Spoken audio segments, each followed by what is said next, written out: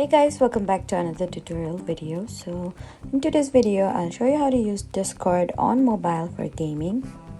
First, download the official Discord app and sign into your account.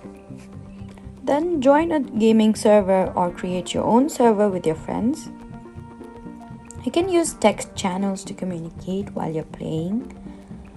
For voice communication, join a voice channel and allow Discord to access your microphone when prompted. You can also adjust your microphone, notification, and voice settings from Discord's setting menu.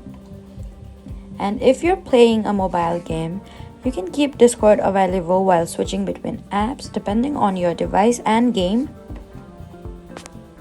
So that was how to use Discord on your phone for gaming. Please do not forget to like, comment, and subscribe for more helpful tutorials. Thank you for watching.